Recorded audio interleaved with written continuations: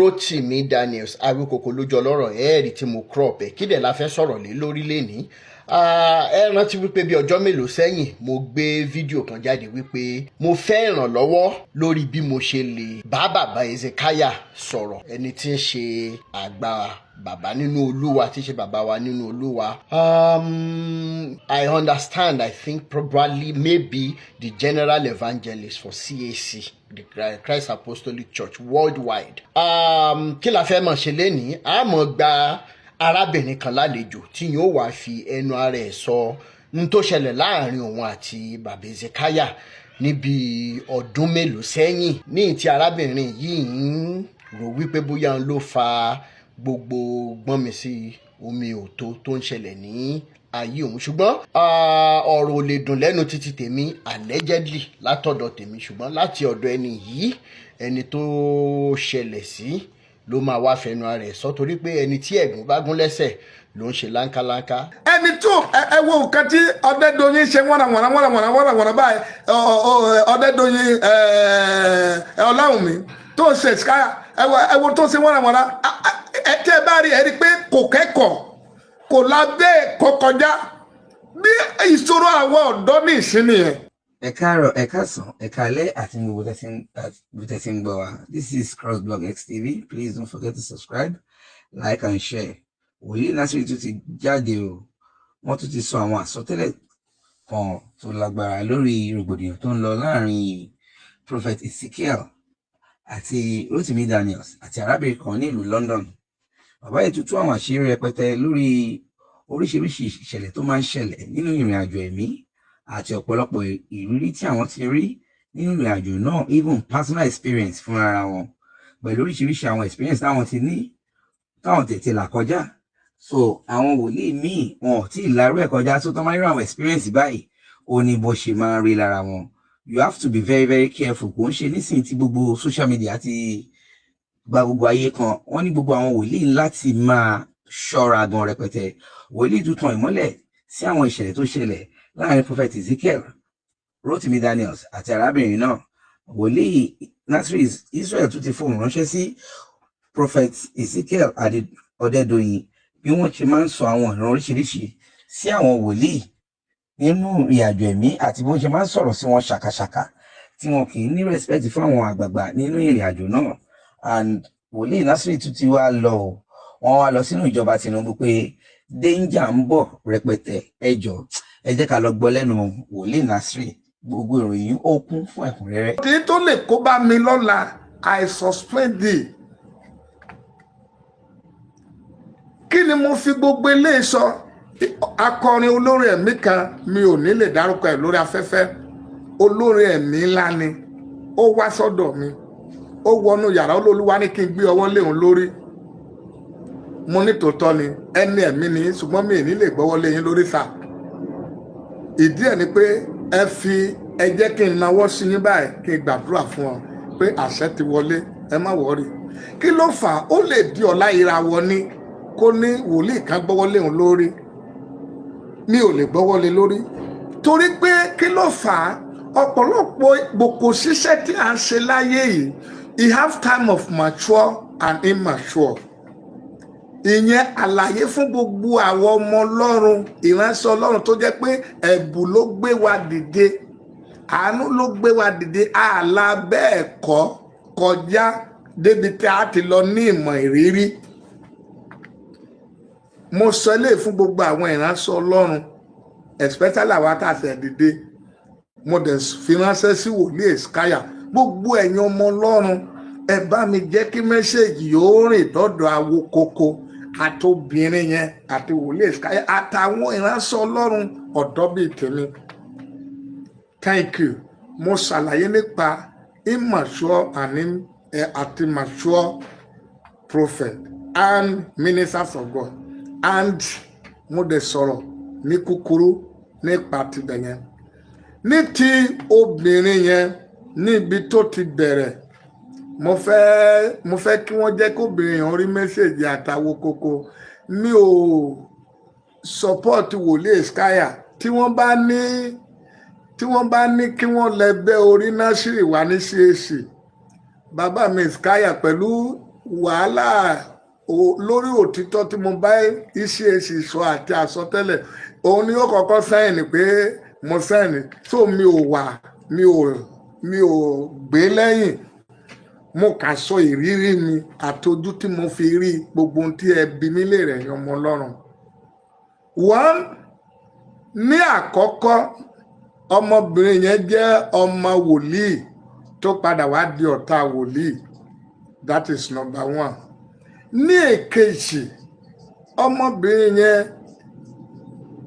gbogbo ohun tó ń sọ olótìtọ́ kìí háìdá ara rẹ̀ ó bojú ẹ̀ nínú àwòrán táwọn èèyàn sẹ́ǹdì sí mi. Ẹni tí ọ̀ràn dé bá tó kọ́va ojú ẹ̀ ká má ba rójú ẹ̀ tó ń sọ̀rọ̀ torí tí a bá ti ń ṣe nǹkan ẹ jẹ́ ká wò pé àwa tí a mọ àwa kan wà tí a jù yín nínú ọ̀rọ̀ àwa kan wà tí a jọ jẹ́ ẹgbẹ́ àwọn kan wà tí a jù lọ ó bojú ẹ̀ ìṣẹ̀lẹ̀ burúkú dé bá ọ fẹ́ sọ fún ayé ó wá bojú ẹ̀. That is another my point. My third point ọmọbìnrin yẹn ó fẹ́ make reference ó fẹ́ sọ̀rọ̀ ọ̀rọ̀ àkọ́kọ́ tó kọ́ sọ ó ní 89 Awókoko ló wá correct ẹ̀ pé 89 àbí 98. Before you come out to media kó o tún sọ kankan ó yẹ kó o ti wà rẹ́dì. Ìbẹ̀rẹ̀ ọmọbìnrin yẹn number 1 ó bojú ẹ̀. Number 2 ó jẹ́ ọmọ wòlíì àná tó padà di ọ̀tá wòlíì lónìí. Number 3 ọ̀rọ̀ tó sọ bí egéṣẹ́ omi ò tako ní foundation àkọ́kọ́ ẹ̀ ó mì sí ẹ̀ ó ní 88 ẹni tó fẹ́ wá bá gbé ọ̀rọ̀ sáfẹ́fẹ́ wá correct ẹ̀ pé kì í ṣe 88 pé 98 ni. Number 3 point mi sí ẹni tó fẹ́ fi relate pé o fẹ́ sọ nǹkan fún ayé kò mí ní kó ba ìgbéyàwó ẹlòmíì jẹ́ ọ kó ba ayé ẹlòmíì jẹ́. Number 4 obìnrin yẹn láti make reference wípé Títí Àrẹ̀mú ṣẹ̀ṣẹ̀ kà ní ìgbà náà pé o fẹ́ sọ̀rọ̀ fún ayé kò mí ní kó ba ayé èèyàn jẹ́. Títí tí Àrẹ̀mú bá kà ní ìgbà náà tó bá ti yí padà sí Ọlọ́run ìyẹn ò kì í ṣe bísínẹ́sì tó wà láàrin ìwà àti Èsíkáyà. That is not your business. And ìgbésẹ̀ tí o gbé nípa Títí Àrẹ̀mú yẹn 1 ó ti tún ba ìgbéyàwó kan jẹ́ 2 ó ti tún ba láìfù ẹnìkan jẹ́. Pé oh God àkókò tá a wà ó mà léwu o nítorí pé Títí Àrẹ̀mú yẹn jẹ́ olórin àgbáyé. Maria Magdalene náà kà gbogbo àwọn tó bá ń pè tán bá gbọ́ tó sọ ó ti ba ayé ìgbéyàwó kan jẹ́ láàrin òun àtọkọ ẹ̀ ó ti ba ìdílé kan jẹ́ ó tún ba ayé ẹnìkan jẹ́. Nǹkan yẹn náà tí wà tẹ̀síkáyà bá ṣẹ́tù ayé ẹni tó bàjẹ́ yẹn náà tún lè padà dìde ogun sí ọ o torí kò sí ẹni tó wà láyé tí ò ní pass. Èèyàn mẹ́ta ló máa ń yàgbẹ́ ṣùgbọ́n ẹnìkan ṣoṣo ni gbogbo ayé máa ń rò pé ó yàgbẹ́. Èkíní ẹni tó yàgbẹ́ tí ò nùdí. Èkejì ẹni tó yàgbẹ́ sára. Ẹ̀kẹta ẹni tó yàgbẹ́ tó nùdí. Ṣùgbọ́n ẹni tó yàgbẹ́ sára ni gbogbo èèyàn máa ń rò pé ó yàgbẹ́ but àwa mẹ́ta là ń yàgbẹ́ o. Nítorí pé o fẹ́ come out láti sọ ìṣòro rẹ àti ìlàkọjá rẹ ó kọ́kọ́ gbé igi lé ayé ẹnìkan ó dẹ̀ bá ayé ẹnìyẹn jẹ́. God ẹ jẹ́ àwọn ohun tá a bá ń ṣe ní ìṣeká tó wù ọ̀la ètò ṣe yẹn lè má jà lórí ìwọ gangan ó lè jà lórí àwọn ọmọ ẹ. Come and express your view does not mean kó kọ́kọ́ wú ayé ẹnìkan ní wíwó. That is not me a dẹ́bi fún yín o. I'm serious of my concern. That is ìyẹn number 4 point. Number 5 my point ni wípé ìṣòro pé ó tọ̀ ọ́ lé òun tọ̀ ọ́ lé ló lọ mú bá bàbá Èsíkáyà tó fi di ọmọ wòlíì nígbà náà. Ìgbà tó wá di ọmọ wòlíì nígbà náà, ìwọ àwọn obìnrin kọ́kọ́ kóra wọn jọ síbì kan tí wọ́n náà pẹ̀lú wọn tí wọ́n gbàdúrà níhòhò. Nínú ọ̀rọ̀ rẹ̀ ó sọ pé Èsíkáyà wà láàrin wọn. That is number one. Number two, ìgbà tí Èsíkáyà mú ọ lọ sí ilé gẹ́gẹ́ bí ọmọ wòlíì tó mú ọ lọ lé ìyàrá tó mú ẹ lọ tó pa iná, Èsíkáyà rí òwe ó pa iná nínú òkùnkùn yẹn. Nínú òkùnkùn yẹn gẹ́gẹ́ bí tẹ́ ẹ sọ pé wọ́n ń lò yín táwọn èèyàn sọ pé wọ́n ń lò yín nínú òkùnkùn yẹn Èsíkáyà ò tẹ nǹkan ọkùnrin sí ọ lára, kò bá ó sọ pé ó bá ọ sùn. 2, Èsíkáyà ò já irun abẹ́ ẹ̀. 3, kò mú kankan nínú àgọ́ ara gẹ́gẹ́ bí tẹ́ ẹ sọ. Immature àìlẹ́kọ̀ọ́ wòlíì Èsíkáyà ló jẹ́ kó ṣiṣẹ́ wòlíì burúkú fẹ́ fún ọ. Ẹ̀kọ́ ni ò tó gbà yẹn torí ó dẹ̀ sọ pé nǹkan bíi 28 years ago. Ìtò ṣẹlẹ̀ sí Èsíkáyà lè ṣẹlẹ̀ sí gbogbo wa tá a bá mature, tá a bá la bẹ́ẹ̀ kọ́ kọjá. Ó sọ pé ó mú kankan lára ẹ̀ lẹ́yìn ìgbà tí Èsíkáyà náà number 6 point lẹ́yìn ìgbà tí Èsíkáyà ṣe nǹkan yẹn sí ọ, ìwọ tí wọ́n ń lò lẹ́yìn yẹn ló padà ní ọkọ tí ọkọ ẹ̀ dẹ̀ wá òkè tó lówó gẹ́gẹ́ bí tó sọ. Lẹ́yìn ìwọ tí wọ́n ń lò lẹ́yìn yẹn ló padà wá ní ọmọ mẹ́ta. Ẹni tí wọ́n bá lò kò lè lórí kò lè nítumọ̀ láyé, rádaràda ni yóò máa ṣe, àbí kó ti kú àbí kó máa gbẹ àbí nǹkan míì àbí kó máa bí àbíkú. Bọ̀tì lẹ́yìn ọdún díẹ̀ tí wà tí Èsíkáyà pàdé gẹ́gẹ́ bí ọmọ wòlíì, lẹ́yìn yẹn ni obìnrin yẹn ṣẹ̀ṣẹ̀ wá ní ọkọ tó wà òkè.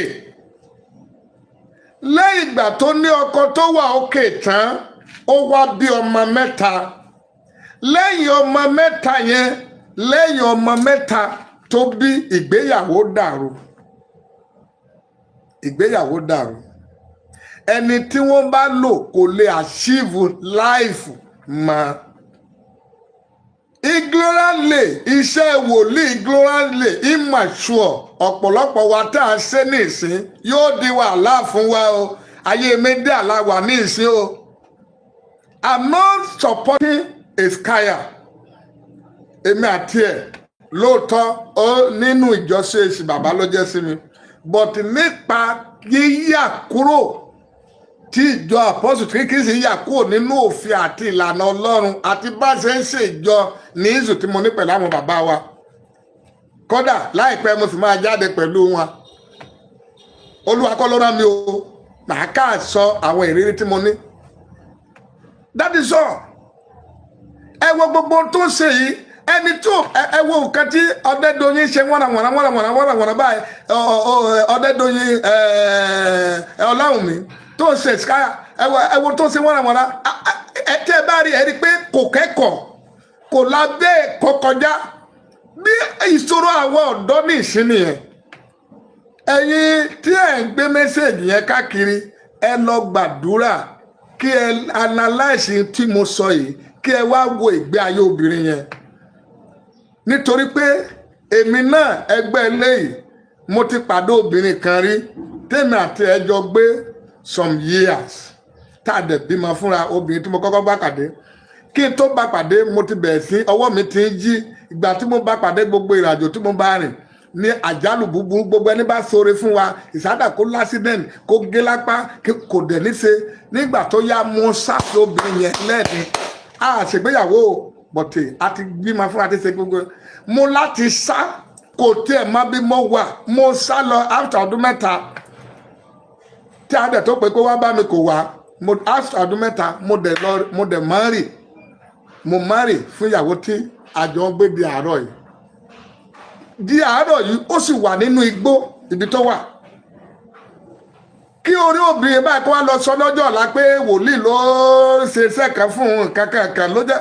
tí mo pàdé nínú ayé ẹ̀ ni mo fi sá tí mi è mú pátá jáde bẹ́ẹ̀ ìgbé ayé mi ni mò ń tú àṣírí ẹ̀ fún yín mi ò jà fún Hesekiah mi ò bá ní kankan ṣùgbọ́n lórí àwọn ọ̀rọ̀ ìgbékalẹ̀ obìnrin yẹn nǹkan kan rọ̀ǹgì tó pọ̀ láàárín òun àti Hesekiah ọlọ́run tó ṣókùnkùn sí wa kò ṣókùnkùn sí Ọlọ́run ìyẹn nípa ti obìnrin yẹn eléyìí nípa ti awokoko mo fẹ́ sọ yìí mo fẹ́ jẹ́ kí awokoko gbọ́n tí mo fẹ́ sọ ẹ bá mi tàgì ẹ̀ number one fún ti awokoko ó ṣeé ṣe kó jẹ́ pé Ọlọ́run ló fi iṣẹ́ tó ń ṣe yìí rán ó dẹ̀ ṣeé ṣe kó jẹ́ orí ó dẹ̀ ṣeé ṣe kó jẹ́ ènìyàn ló fi rán yín nǹkan mẹ́ta tó lè fi iṣẹ́ rán wa nìyẹn ṣùgbọ́n àdá Ọlọ́run ni àdá orí ni àdá ènìyàn ló fi rán yín mo bá fẹ́ kẹ́ ẹ tẹ́tí ẹ̀mí sí iṣẹ́ tó o bá gbé jáde sórí mídíà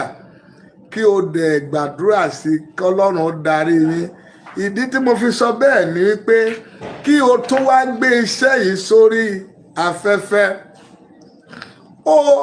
ìgbà tí ó ń pe wòlíì Hesekiah tó ń pe gbogbo èèyàn ẹni tó yẹ kó kọ́kọ́ pè ní ọkọ obìnrin yẹn pé kí ló ṣẹlẹ̀ láàárín ìwà àtìyàwó ẹ tí ẹ fi pínyà kí ló ṣẹlẹ̀ tó fi fìyàwó ẹ sílẹ̀ ní ìṣíbà tí a bá wá wádìí ọkọ yẹn tó jẹ́ pé àwọn àṣìṣe tí ìyàwó yẹn ṣe àbí àwọn ìwà tó hù sí ọkọ yẹn lọ́kọ yẹn fi fìyàwó lẹ̀ àbí àwọn ìgbé ayé obìnrin yẹn lé ọkọ yẹn fi fìyàwó lẹ̀ kí lẹ rò pé station yín yóò jẹ́ that is obìnrin yẹn ti fi tiẹ̀ kó bá station yín ẹni àkọ́kọ́ tó yẹ kó kọ́kọ́ pè ní ìgbà tó gbọ́rọ̀ yẹn ni ọkọ obìnrin ló yẹ kó kọ́kọ́ gbọ́rọ̀ lẹ́nu ẹ̀ nítorí gbogbo ohun tó gbé jáde ó sọ nípa ọkọ obìnrin yẹn obìnrin yẹn náà kò sọ kankan tó wà láàárín òun àti ọkọ obìnrin yẹn ọkọ òun ọkọ ẹ̀ ló ní the number one say àbàbá báwo ni ìyàwó yín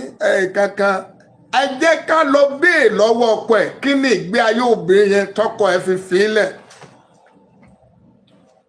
obìnrin tó daṣọ borí tó ṣe gbogbo yìí kí ni mi ò bú o mi ò dẹ̀ gé ìṣẹ́ni kankan ṣùgbọ́n bíbélì wí pé ẹ wá dùn gbogbo dájú and finally awokoko àti màmá àti gbogbo àgbáyé tí ẹ gbọ́ mi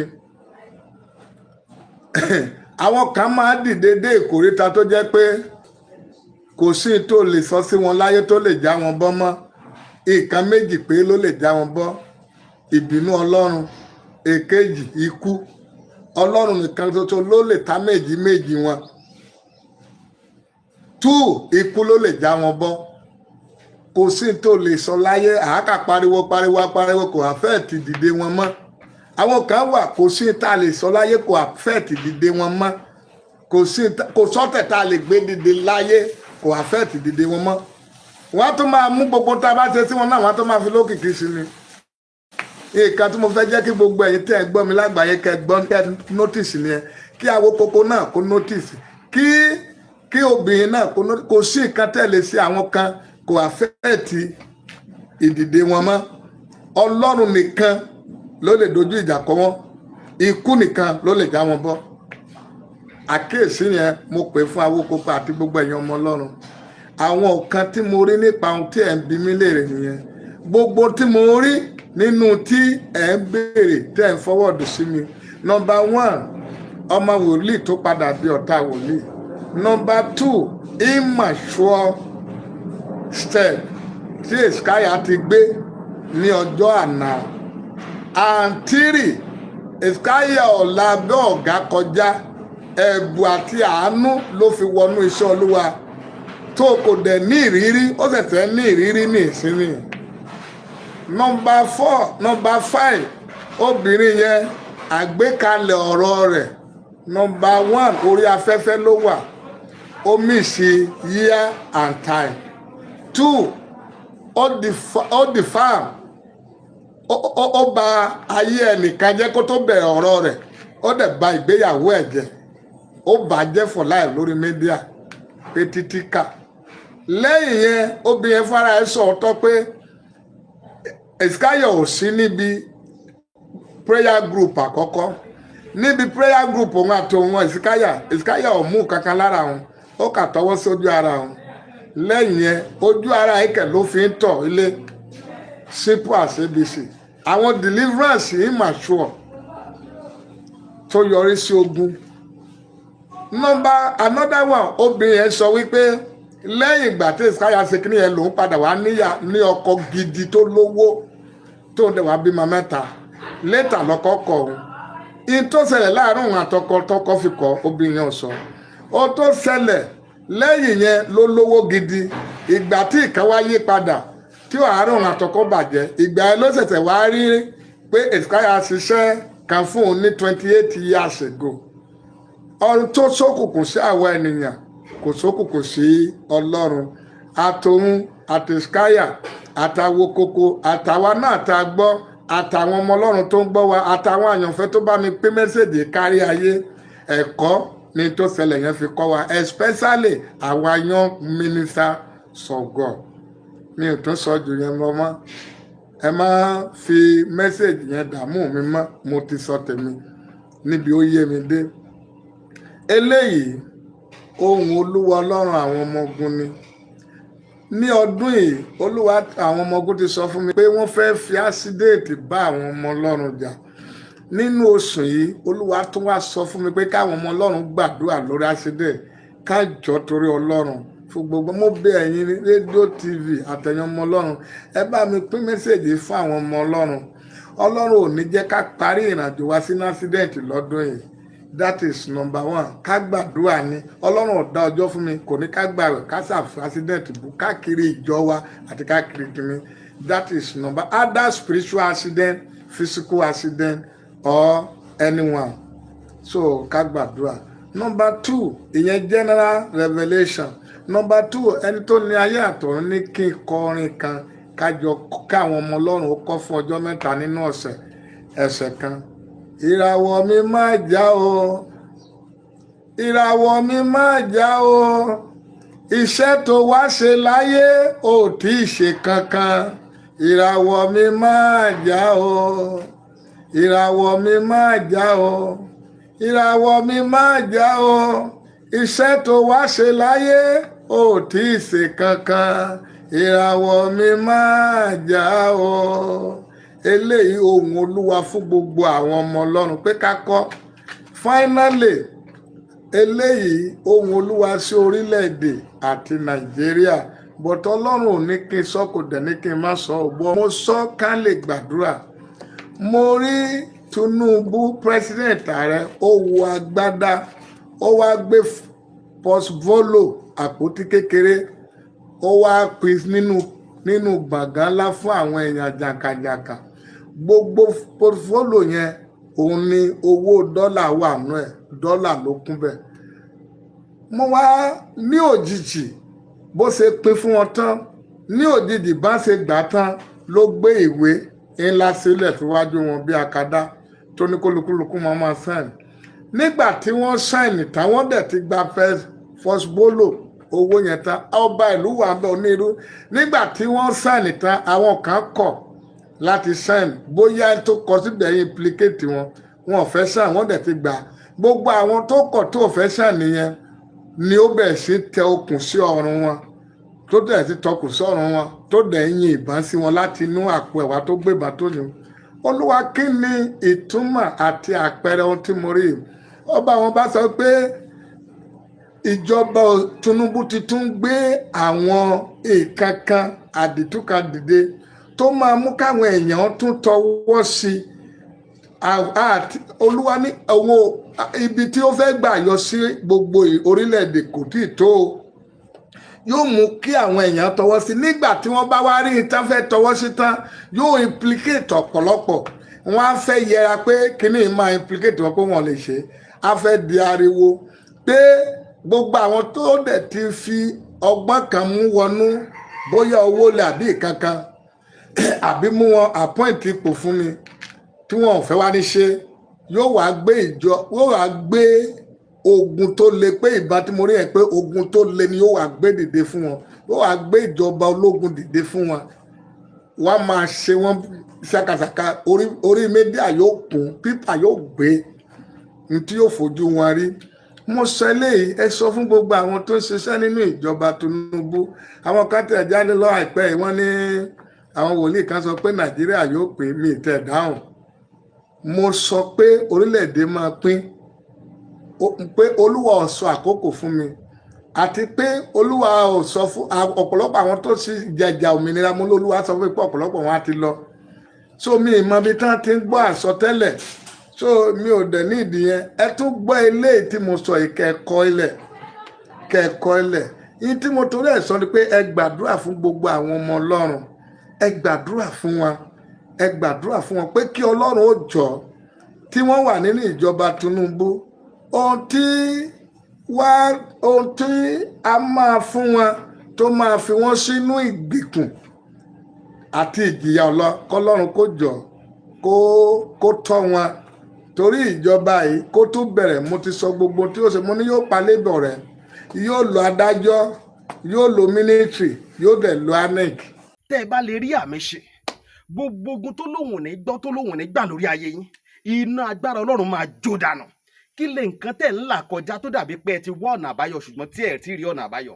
Ẹ ti pàdé wòlíì yín ló fà, ṣùgbọ́n arán mi sí ọ lónìí dádì, arán mi sí ọ lónìí mọ́mì. Olúwa lòun fẹ́ ṣe nǹkan ńlá nínú ayé yín. Olúwa sọ wípé gbogbo tẹ̀ ń là kọjá yẹn òun fẹ́ fi òpin sí.